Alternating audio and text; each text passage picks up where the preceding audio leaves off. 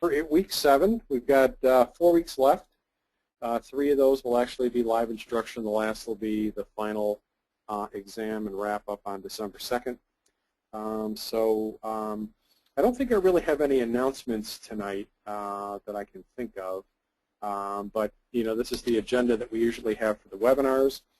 That there will be any kind of announcements that I have about the course or any kind of an update that there is.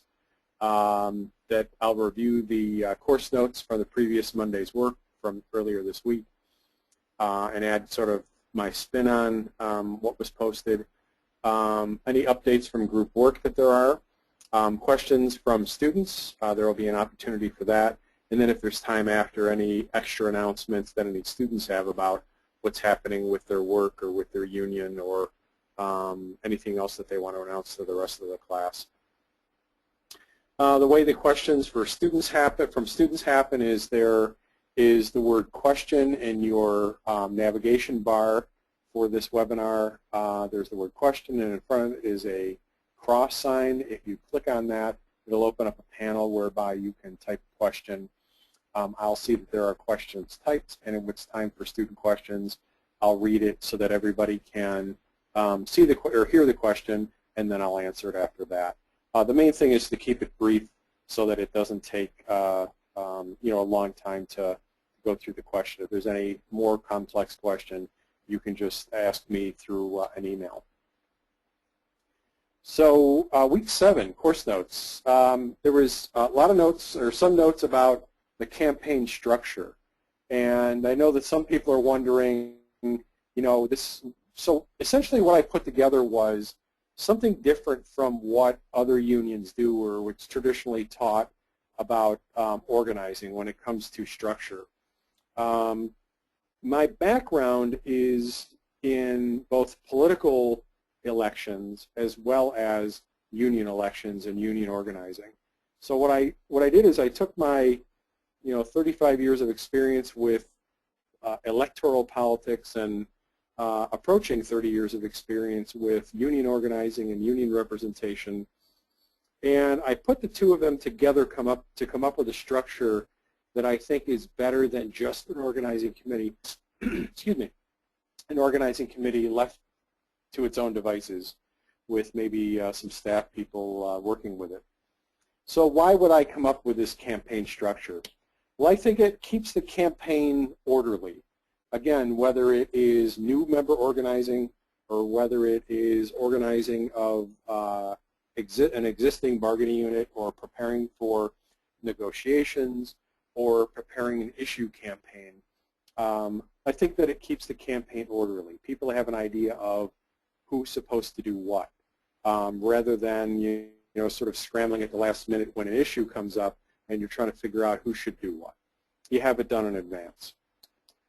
It creates accountability for assignments, and when I go through the structure of what I had in the course notes in just another slide, that'll be evident that there's some accountability. People will be responsible for their work. Excuse me. There's an external structure which is meant to guide and support the internal campaign, and I have a couple slides that break those down. And it has accountability to the larger sponsoring union. So if there's an international or a larger union that is organizing a group of workers at workplace X, they're putting money into it, they're putting staff time into it, they're using some of their political muscle potentially to help out these workers to organize a local or chapter or unit. And there needs to be some accountability back to that sponsoring union, the larger union, as to how their money's being spent to make sure that the campaign's being run in an accountable way, in an orderly way. And this structure that I'll be talking about, I think, helps to do that. So this is, from the notes, what this would look like. So this is the external structure. Again, this is not the organizing committee. This involves workers that are involved with the organizing. So let's take our mock example from the campaign headquarters where we have First Aid Labs and Local 500. So the concept would be is the workers within First Aid Labs that have formed an organizing committee and are working with the 3 staff organizers, a researcher and 2 organizers, from the larger United Workers Union, which Local 500 is a part of. That organizing committee at the First Aid Labs would be the organizing committee and an internal campaign within the workplace. The external structure would be people from Local 500, people that are assigned, such as yourselves, in this mock scenario, that are the staff organizers, as well as volunteer organizers and volunteers to help out in different areas, whether it's to staff a headquarters if you have a physical structure you're working out of, answer phones, that sort of thing, open the mail, pay bills, or whether it's an organizer that knocks on doors, that sort of thing.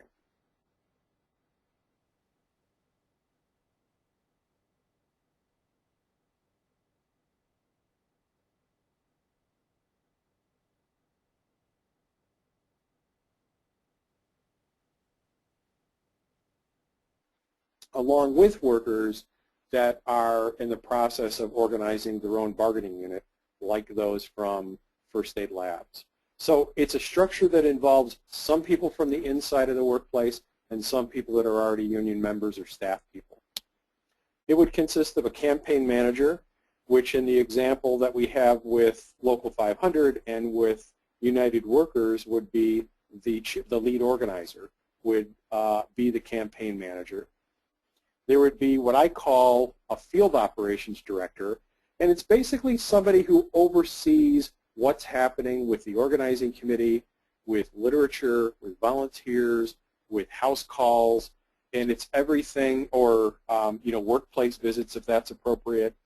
And it's everything from helping to make sure that people have literature, that they have packets put together if they visit at homes, let's say, they have maps of how to get there, that they have water when they come in, a bottle of water when they come in to pick up their packets, if you're going to have food, that they have food available, all those sort of details that have to happen when you're supporting a miniature group of people that are out, or a miniature army, if you will, of people that are going out to contact workers to either find out if they are supportive of the union drive or not, or if they have questions, or to make sure that the people that have been identified as positive supporters actually know when they're going to be voting, if it's an NLRB or public sector guided election process for certification of a bargaining unit. So under the field operations director would be a volunteer coordinator. They would be responsible for training people, the volunteers, to make sure they know the union message, to make sure that they know how to answer various questions. The textbook reading that you had, Chapter 8 of Building Effective Unions, talked about the answers to some of those negative questions. So last week in the course notes, you had some links to positive messages about why unions are important. And this week you had ways of refuting those negative stereotypes and headlines that are out there about unions, whether it's corruption, the allegation of corruption, the allegation of not having a democratic union, or whatever. Those were all covered in the text reading for this week. Those would be important things to add into what a volunteer should know if they're going to be contacting people that are going to be asked to join the union or participate in this new campaign that are from the workplace. Field captains. Field captains, if you have a very large campaign, then you may need more people to help with that process. And again, similarly to how the organizing committee has ideally a 1 organizing committee member to 15 worker ratio for connections and contact, you want field captains to have something similar so that you can manage the amount of volunteers and what they're doing and where they're doing it, and when they come back to the headquarters or wherever they're coming back to at the end of their visits, that they can be debriefed as to what the issues were. They can hand them their paperwork as to who was a supporter, who wasn't a supporter, and why, if they gave the volunteer or the person who visited the doors that information. That's a critical operation, that whole field operations is the heart and soul of any kind of a campaign, whether it's an elected campaign, a issues campaign, or a member organizing campaign. It's a really important exercise to support the work of the organizing committee. A communications director, if there's media involved, somebody who is very, very good at handling media relations, somebody that can write press releases and knows how to get it in the right hands of the people for print media or for electronic media, etc. Under that might be somebody who would be an online media coordinator if you've chosen to have a website or a Facebook page or a Twitter page or in some other medium that works and that makes sense for the effort you're putting out. Make sure you have somebody working on it who knows what they're doing. And again, these can be volunteers, these can be staff, these can be existing members, these can be people that are working on the organizing campaign, whichever is the best for the duty and can do it well. A treasurer, this is one area that's really overlooked, is a lot of campaigns will spend lots of money without a budget and without accountability at times for where the money went. Not that it went in places that was the wrong place for it to go or it's misused, but receipts get lost. Things happen during the course of a campaign and you're really focused on the visiting the people and the negative story that the employer's trying to spend and that they're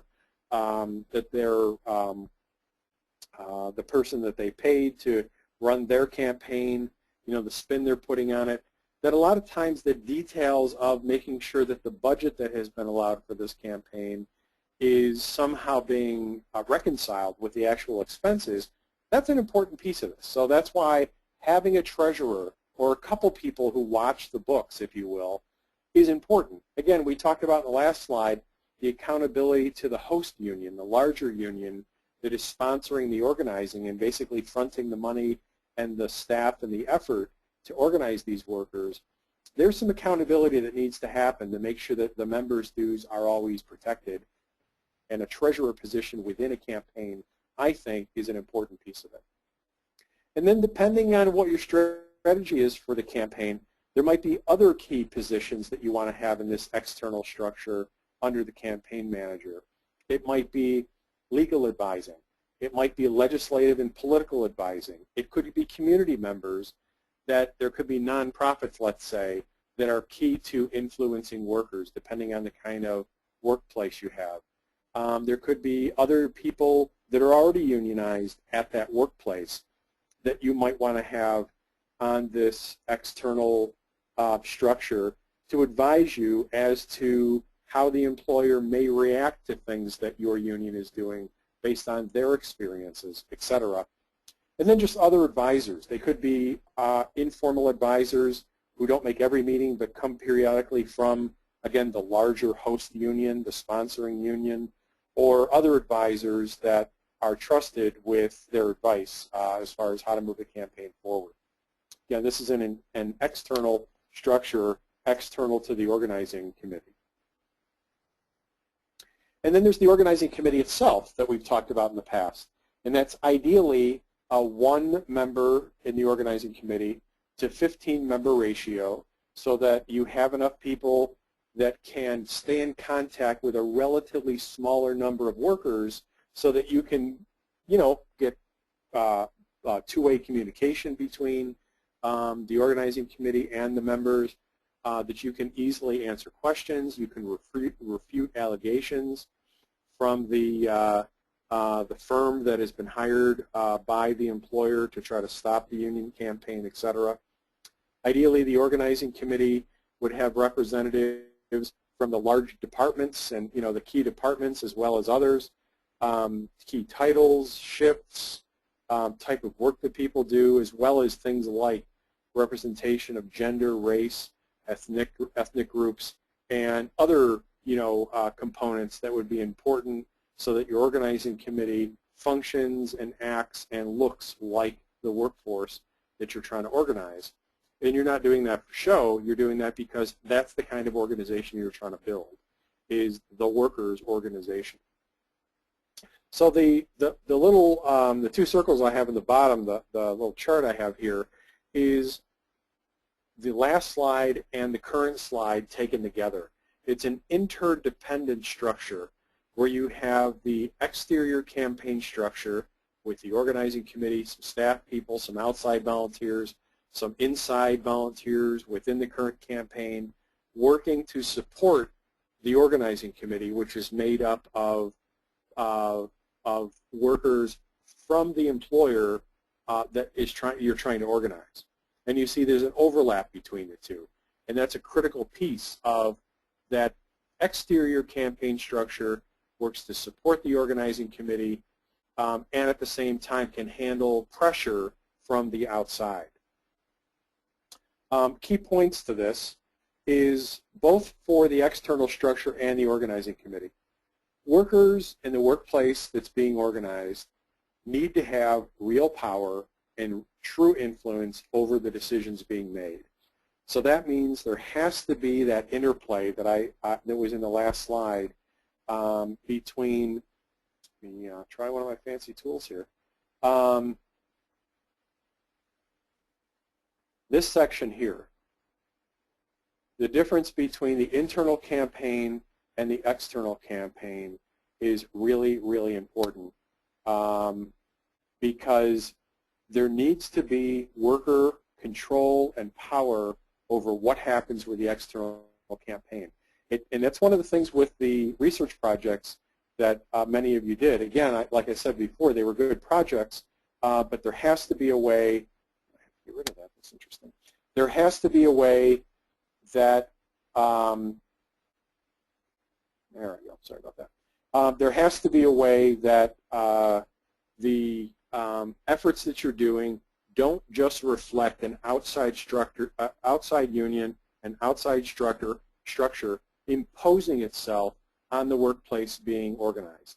If that happens, you will all too easily be drawn and described by the employer and their consultants as a third-party outside force that just wants to grab dues. And even though that may, and hopefully is not the case, and isn't the case, if you don't act like you are made of the workers at the workplace, like First Aid Labs, it's going to be easy to paint you as something other than the workers. So that's why they have to have some influence over what's happening and real power over what's happening. The external structure supports the organizing committee. It doesn't act on its own for its own purposes and its own political purposes, whether it's internal politics or external politics. It works solely to support the organizing committee to make their work of reaching workers and building union, again, there's that phrase again, that connection between worker to worker. It's solely to support that effort. Because even after you get enough authorization cards, let's say you're doing a traditional campaign for organizing new workers, and even after an NLRB supervised election and you're certified as the bargaining agent, and even after you achieve your first contract and it's been ratified, you still have to maintain yourselves and your influence and your credibility with workers as their genuine representative in a very democratic way. And the only way that happens is to walk the talk initially. So the external structure can't be independent from the organizing committee. It has to work to support the organizing committee. The roles of both the external structure and the organizing committee have to be flexible and adaptable because on the ground the situations will change. I described a couple of webinars ago how I was organizing a workplace and how there was a millionaire that influenced, tried to influence the outcome of the campaign by threatening to pull very publicly a $10 million gift that he was going to give to this private school. You bet we had to act very flexibly, and we had to change all of our thinking up to that point and run a very different kind of campaign so that we didn't harm the support that we already had, and so that we could somehow spin this new information and this new threat in a way that we could make it work for us instead of against us. And the only way that happened was we had to be flexible and think out of the box and deal with the reality of what was happening on the ground. And there has to be accountability at all levels. There has to be accountability to the workers that their resources are being spent wisely, that the work is actually happening. There has to be accountability to the host union, that larger union that is expending resources to help to grow the union. And there has to be accountability to each other, whether you're the staff person running the campaign or whether you're a volunteer. There has to be an acknowledgement that we're doing this to help workers that are in a difficult situation that could really have a better workplace and could really rise above where they are now by working together and working with the broader union community that is helping them. So that accountability at all levels is really important. So that's sort of what was going on with the course notes in my head. A combination of making sure you've got the message right between last week's course notes about the positive messages about why unions are important, along with this week's reading about ways that you can refute the negative stereotypes that people come up with about unions, along with this external structure and an internal organizing committee that can work together to be very successful in a campaign. Group work. I didn't have anything new this past week because you had your midterms and you already had some reading that you had to do, so I didn't want to add more than I thought was realistic for working folks that are taking a course and working and have families and other responsibilities. This coming Monday I will have some more information about the First Aid Labs and United Workers Local 500 campaign. So check out the campaign headquarters. And I'll have some new postings for you to respond to get your thoughts on what we should do as the campaign continues. The midterm exams. Normally by this time I would have posted what I was looking for in the midterm exam so that you can have an idea of what it was you were looking for. What I will do is I've gotten the papers that have been written. And I have those and have printed those out and I'm in the process of grading them. I will send all students individually an email that will have their grade. And I'll do that by next Monday. I usually have, within a week, I'll have turned around everybody's grade to them. So you'll know where you stand with if you've completed the research assignment, and that is you posted it or reposted with some suggestions that I may have given you. That means you've completed that successfully and you've gotten full credit for it. And that if you've gotten you'll have gotten the midterm exam back with your grade. So you'll have an idea of where half your grade is already. Because both the research project and the midterm were equivalent to 50% of your grade already. Some students have not gotten their midterm back to me. I have one student who said it's on the way, that they got bogged down with their day job, and 3 that I have not heard from. So unfortunately, what I normally do is to post what I was looking for, and I can't do that yet because I don't want to give anybody who's going to be sending me a late midterm an unfair advantage that those who sent me an on-time midterm didn't have. So I will be posting what I was looking for in the midterm. It's just not going to be this week like I normally would like to do. It'll happen as soon as I can have it posted. And I'm sorry I can't give you more information than that. One of the things that I do not do with midterms for a variety of reasons is I don't send you back the paper marked up. I'll give you a grade. I'll give you a report of what I was looking for in the examination, and from those 2 bits of feedback, you should be able to see, the areas where you might have missed some detail or may have unfortunately missed the mark altogether if that's the case.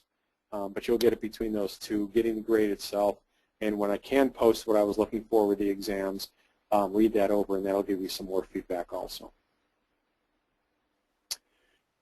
Questions from students. Do you have anything out there? Use that question function. If you have a plus in front of it, click on the plus, and it'll open up a box, a text box, and then you can type any questions you had about any of the reading, about the course notes that you had for this week, or anything else that you might have out there pertaining to the course itself. So if you have anything, you can go ahead and type that in now, and when I see that if there are any questions, in the next couple of minutes I'll read the questions. Keep them short to the point if you can, but I'll read the questions and then I'll answer them.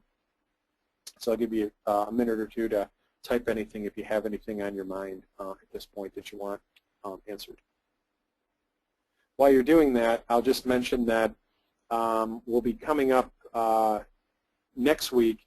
It'll be interesting. I hope it'll be interesting. The course notes will have things you can expect from various kinds of campaigns, and it'll have a lot of detail as far as new member organizing, internal organizing, that is current bargaining units that you're trying to gain new members from, issue campaigns, whether it's for a new contract or an issue that you're fighting the employer on, or political campaigns. It'll also have some details about political campaigns. And hopefully that matrix that you'll have for each of those will be helpful. And then for the final 2 weeks after that, of course notes, there'll be about non-traditional organizing that is happening.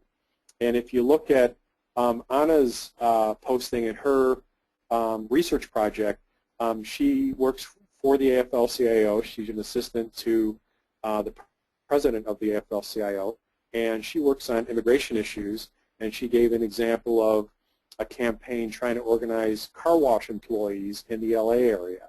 They have a number of small car washes that are not affiliated with each other in a chain, and they tend to use Hispanic workers, essentially a type of migrant labor, if you will, and they're treated as poorly as farm labor is in many cases.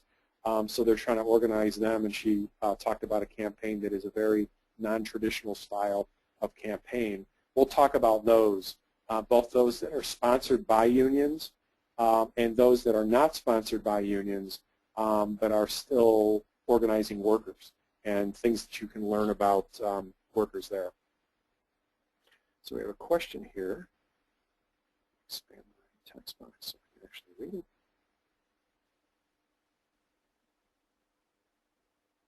Okay, Mike says it's too bad that the AFL-CIO couldn't keep a folder on possible organizing targets in each region in order to hand it off to whatever union leads a campaign. Here's the problem with that. That would be a great idea. I was a part of the organizing committee for our local labor council. We have an ELF, the Area Labor Federation, which is comprised of, I think in this area it's 3 labor councils. And the problem is so a few years ago I was involved with the leadership of the organizing committee. And the problem is no union wanted to talk to another union about what they were doing. And as long as there is unions rating other unions, that is, unions that want that don't think another union is doing as good of a job as they could do, so they try to take their members away.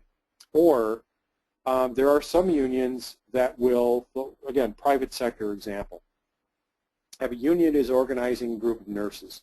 And let's say it's my union, because we do have some hospitals and we represent health workers, whether they're doctors, public sector, or whether they're nurses. So on occasion we get leads, organizing leads from medical facilities made up of nurses or techs or other healthcare employees that want to organize with us. So we'll, begin the regular campaign process of doing our research and reaching out to workers, etc.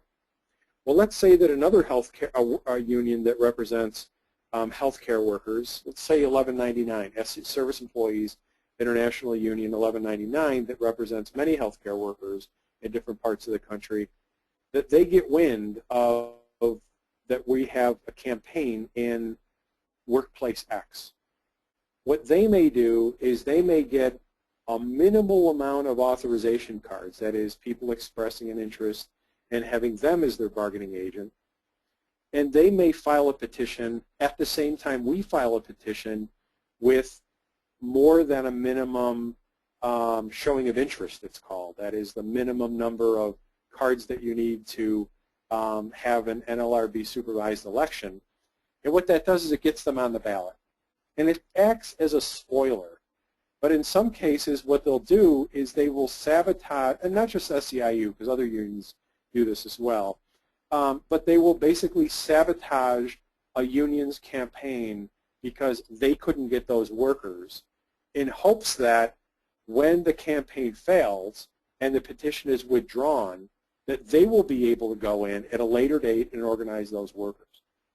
Well, as long as those kind of things happen where either unions just don't talk to each other because either they don't trust each other or they're afraid to give up their, quote-unquote secrets or leads or whatever, or one union tries to act as a spoiler to try to organize that workplace themselves and stopping another union from organizing it, as long as that kind of stuff happens, nobody's going to talk to anybody about what they're doing. And that's basically why I left as one of the co-chairs of the organizing committee, because nobody would talk to each other. And the idea that I was thinking of was a round table of lead organizers that we could talk strategically about who's doing what so we could stay out of each other's way, and so that we could support each other in these campaigns. And there was just basically the lack of interest, not so much from the local organizers, but from the larger unions that did not have that interest in mind. So I think it's a great idea of if we could have like a database of what has been happening and leads that are there, et cetera.